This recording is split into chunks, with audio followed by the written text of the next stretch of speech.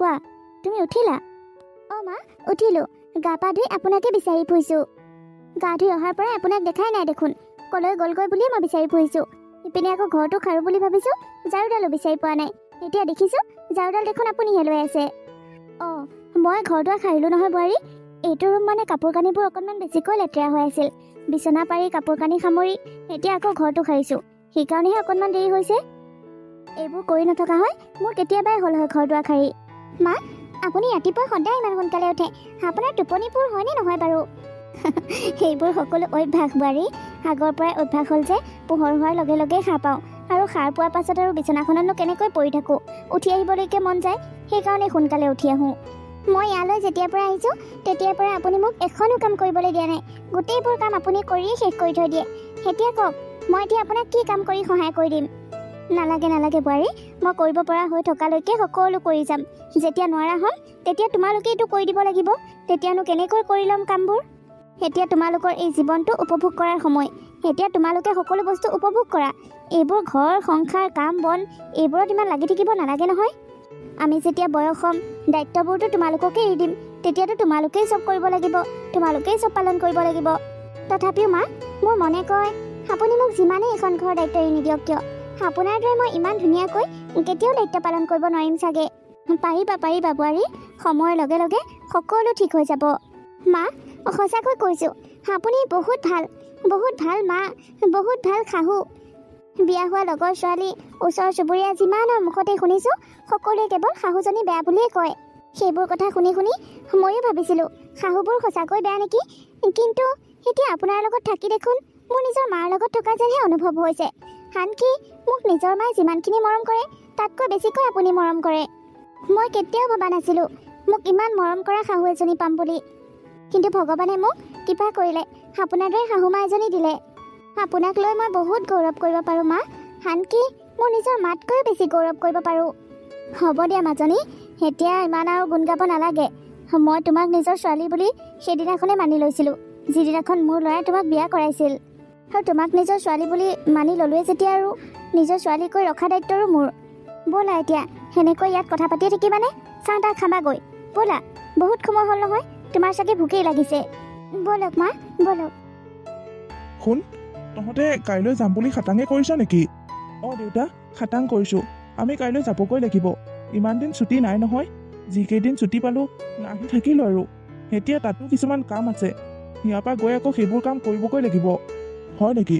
যা তেনেহ'লে, তোৰ যদি আৰু তাত কাম আছে তেনেহ'লেতো যাবই লাগিব। তোক ইয়াত আমি ৰাখি থাকিলে পাছত তোৰহে ক্ষতি হ'ব। অঁ শুন, ফোনটো কৰি চাচোন, আৰু দুদিনমান পাছত গ'লেও হয় নেকি? তহঁত থকাৰ কাৰণে ঘৰটোত থাকি বৰ ভাল লাগি আছে, তহঁত যোৱাগৈ পাছত আকৌ উকা উকা হৈ যাব ঘৰখন। সিমান দিন ছুটি ল'লোৱে দেখোন মা, এতিয়া যদি আকৌ ছুটি বিচাৰোঁ তেনেহ'লে অফিচৰ মানুহে মোক বেয়াহে পাব। এতিয়া নালাগে দিয়া, আকৌ আহিম। মাথাত তোৰ কি মাল নাই নেকি? মাথাত মাল থকা মানুহে এনেকৈ নকয় বুজিছ। তাৰ চাকৰি বাকৰি কথা আছে, সি তোৰ নিচিনাকৈ ঘৰত বহি বহি খোৱা লোৱা নহয় নহয়। তাই ঘৰতে বহি বহি খাইছেতো, কি বুজি পায় চাকৰি বাকৰিৰ বিষয় সেইবোৰ।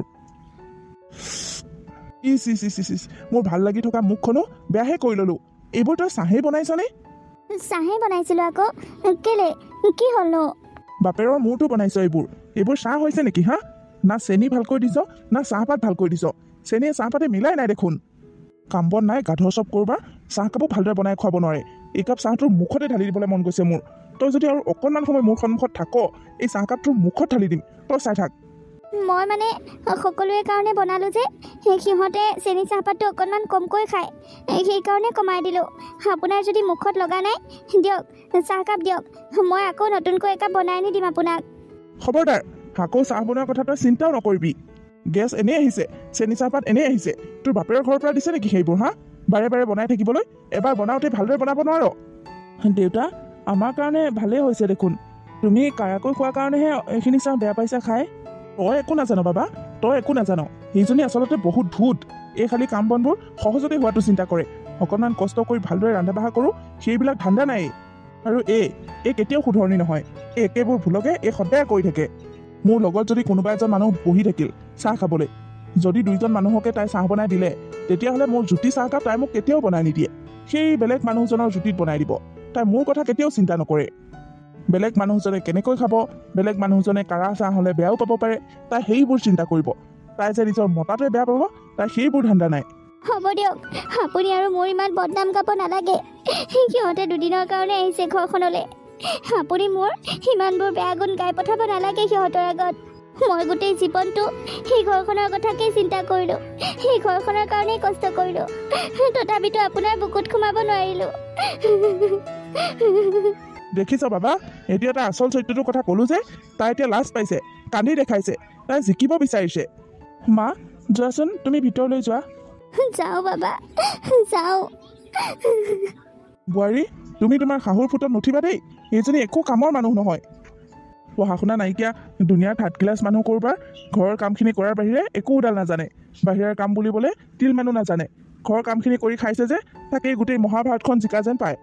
তুমি যদি তোমাৰ শাহু মাৰ লগত কেইদিনমান থকা, তেনেহ'লে তুমি তাইৰ নিচিনাই হৈ যাবা। সেইকাৰণে যোৱা, তুমি চহৰলৈ যোৱাগৈ, তাতে থাকাগৈ, তাত থাকাই ভাল তুমি। হ'ব দিয়া দেউতা, এইবোৰ আৰু বন্ধ কৰা। কেনেকৈ বন্ধ কৰিম? চাহকাপ ইমান ধুনীয়াকৈ খাব লৈছিলোঁ, এতিয়া চাহ খোৱা নহয়, বিষ খোৱাহে হ'ল। দেউতা আপুনি বহকচোন, মই ভিতৰৰ পৰা আহোঁ। যোৱা, কি বয় বস্তু আছে ধুনীয়াকৈ বান্ধি কুন্ধি লোৱাগৈ। ঠিক আছে, হ'ব দিয়ক।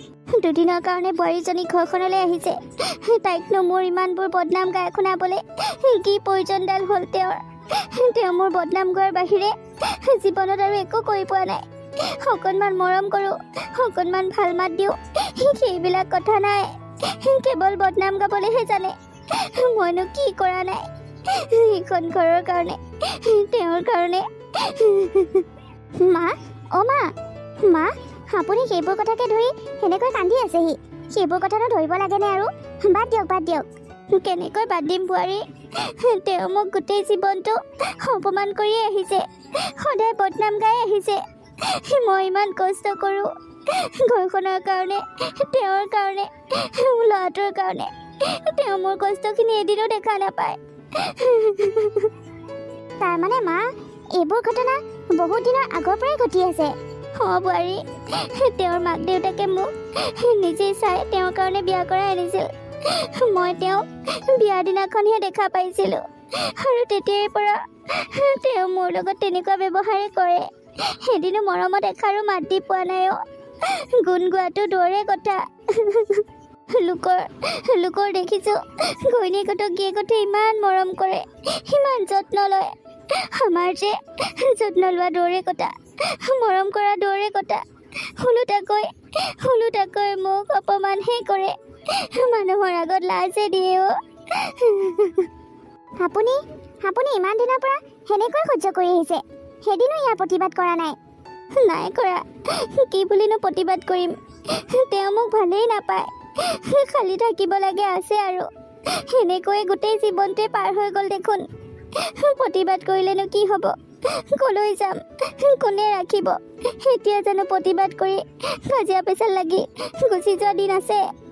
তেওঁৰ ঘৰতে আছোঁ, তেওঁৰে খাই আছোঁ।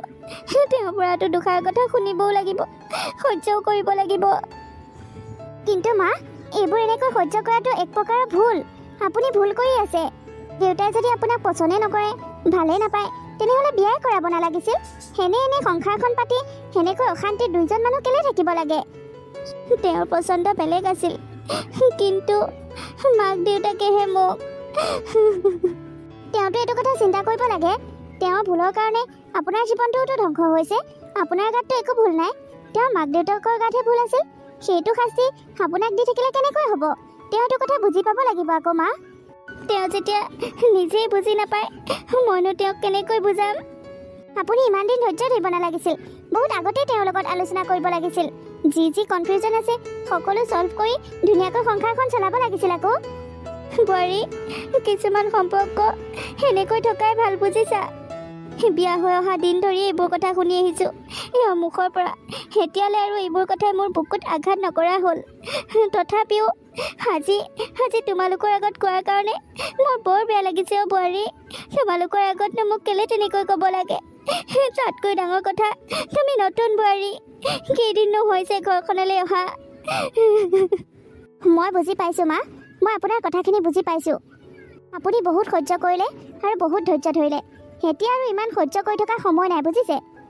এতিয়া কিবা নহয় কিবা এটা সিদ্ধান্ত ল'বই লাগিব। বোৱাৰী সেইবোৰ কি কৈছা? মই এতিয়ানো বুঢ়া বয়সত কি সিদ্ধান্ত ল'ম? তেওঁৰ লগত ইমানকেইটা দিন কটালোৱে যেতিয়া, আৰু নমৰালৈকে যিকেইটা দিন বাকী আছে সেইকেইটা দিনো তেওঁৰ লগতেই কটাম। সেইবোৰ পিছৰ কথা মা। আপুনি তেওঁৰ লগত দিন কটাব, বেলেগৰ লগত দিন কটাব, সেইটো পাছত হ'ব। কিন্তু তাতকৈ ডাঙৰ কথা আপোনাৰ আত্মসন্মান। আপোনাৰ আত্মসন্মানক কোনোবাই এনেকৈ আঘাত কৰি থাকিব আৰু আপুনি মনে মনে সহ্য কৰি থাকিব, সেইটো একেবাৰে ভুল ধাৰণা। এতিয়া এইবোৰ নহ'ব। উঠক, আপুনি সেইবোৰ কথা ইমান চিন্তা কৰি থাকিব নালাগে। আমি কাইলৈ যামগৈ। এতিয়া আপুনি ধুনীয়াকৈ উঠি আহি আমাক ভাত পানী দিয়কহি, আমি খাওঁ। তাৰপাছত অকণমান ৰেষ্ট লওঁ। আবেলিকৈ আপোনাৰ লগত মই অকণমান ওলাই যাম, মানে গাঁওখন চাই আহিমগৈ ভালদৰে। কাইলৈ যামেইগৈ নহয়। বোৱাৰী, তোমাক চাগে আকৌ কেতিয়া লগ পাওঁ ঠিক নাই।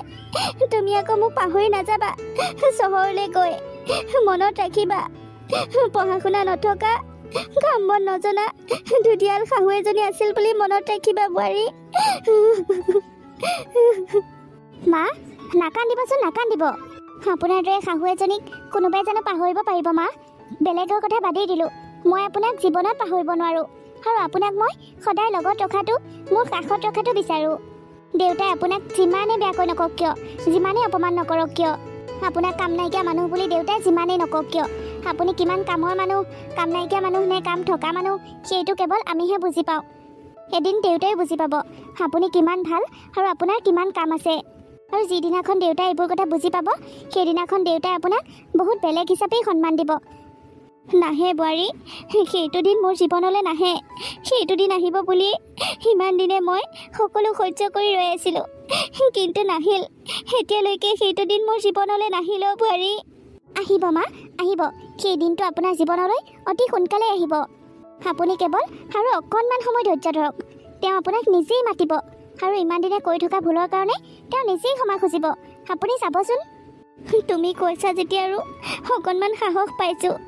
ইমান দিনেতো এই সকলোবোৰ অকলে সহ্য কৰি আছিলোঁ। কেৱল মোৰ লগ চকু পানীখিনিহে আছিল। এতিয়া তুমি আহিছা, মই অকণমান উৎসাহ পাইছোঁ। মই আপোনাৰ লগত সদায় আছোঁ মা। আপুনি কেতিয়াও নিজকে অকলশৰীয়া অনুভৱ নকৰিব। এতিয়া ব'লক, ধুনীয়াকৈ মুখ হাতখিনি ধুই পৰিষ্কাৰ হওকগৈ। ব'লা। মা, আমাৰ ওলাই মেলি হ'লে, আৰু আপোনাৰ ভাত পানী হ'লে খাই বৈ লাহেকৈ গৈহে থাকিম আৰু। হৈছে মাজনী, হৈছে। ঘড়ী কাটাটো অকণমান যদি লাহে লাহে চলিল হয়, মই বৰ ভাল পালোঁ হয় আজি। ঘড়ী কাটাকেইডাল কেলে ইমান স্পীড চলিছে জানো? সময়খিনি দেখোন যিমান ধৰি ৰাখিব বিচাৰিছোঁ তিমান সোনকালেহে পাৰ হৈ গৈ আছে। সেয়া মা, আপুনি মানে দুখ কৰিলেই। আমি যদি যাবৰ সময়ত আপুনি এনেকৈ কান্দি দেখায়, মন বেয়া কৰি দেখায়, তেতিয়াহ'লে আমাৰ ভাল লাগিবনে বাৰু? তাত গৈ আমি শান্তিত থাকিবলৈ পাৰিমনে বাৰু? তোমালোক দুইটা মোৰ সন্তান। মই নিজৰ ল'ৰা ছোৱালীকেইটাক কেনেকৈ এনেকৈ পঠাই দিব পাৰোঁ ঘৰখনৰ পৰা? মই মাক নহয় জানো? আপুনি নাকান্দিব, একেবাৰে নাকান্দিব। আপুনি কান্দিলে কিন্তু মোৰ বহুত বেয়া লাগিব, আৰু মই আপোনাক বেয়া পাই যাম আৰু যোৱাৰ সময়ত। নাকান্দো দিয়া, মনটোহে বেয়া লাগি আছে। বোৱাৰী, মোৰ কাপোৰবোৰ ক'ত থলানো? ক'ত সামৰি থলা? সেইযোৰো কাপোৰ বিচাৰি পোৱা নাই। কাপোৰযোৰ সলাবলৈকে কাপোৰ পোৱা নাই। কি হ'ল জানো? তুমি ক'ত সোমোৱালা কাপোৰবোৰ? আপোনাৰ কাপোৰবোৰ মই থৈছোঁ মা, মই থৈছোঁ। মই ধুনীয়াকৈ সামৰি থৈছোঁ দিয়ক। যাবৰ সময়ত দি থৈ যাম, মানে দেখাই থৈ যাম। তোমাৰ যদি কিবা কাপোৰ পচন্দ হৈছে, তেনেহ'লে মোৰ আলমাৰীৰ পৰা লৈ যোৱা। মই সেইবোৰ একেবাৰে আপত্তি নকৰোঁ। এনেও মোৰ যি আছে সকলো তোমাৰেই দেখোন। লৈছোঁ মা, লৈছোঁ। আপোনাৰ সকলো কাপোৰ বান্ধি লৈছোঁ।